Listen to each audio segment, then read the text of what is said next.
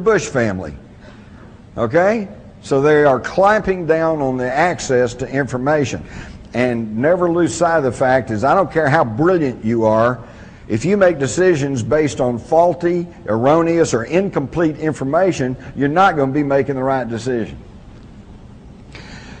At the top is a note that was written to James Tucker, who used to write for the old Spotlight, now writes for the American Free Press, and he has tracked the Bilderbergers for years. And this lady that was an ombudsman with the Washington Post sends him a note and says, well, if observations of the Bilderberg, the Trilateral Commission, Council on Foreign Relations, Aspen Institute, etc. hold true, there's much that is ponderous, but little that is newsworthy. How's that for a condescending, unthinking response? Let me put it this way. What do you think the news media's reaction would be if all of the owners of the National Football League franchises were to meet in a big hotel secretly with armed guards all around it, won't let the media in, won't let anybody in? They meet there for about a week, and then they all come out and say, sorry, I can't tell you what we talked about. Whew. Would they blow their lid or what?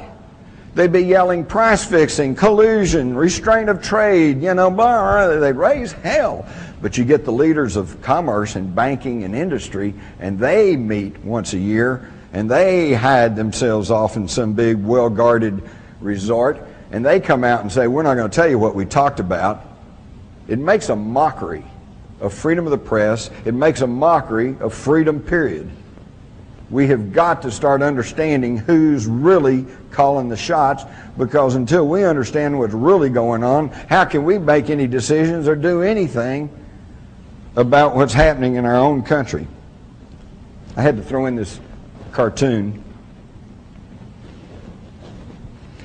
It says, well, the CBS Viacom deal, look at what you get. Movies, MTV, radio, videos, Nickelodeon, news media, theme parks, billboards, Showtime, just about every kind of entertainment and advertising you could want. The guy says, well, what about the news? And the guy says, this is the news. This is the news. Think about it, folks. Not long back, I'm sitting at home, and I don't watch TV that much, but I happen to have it on. They said that we're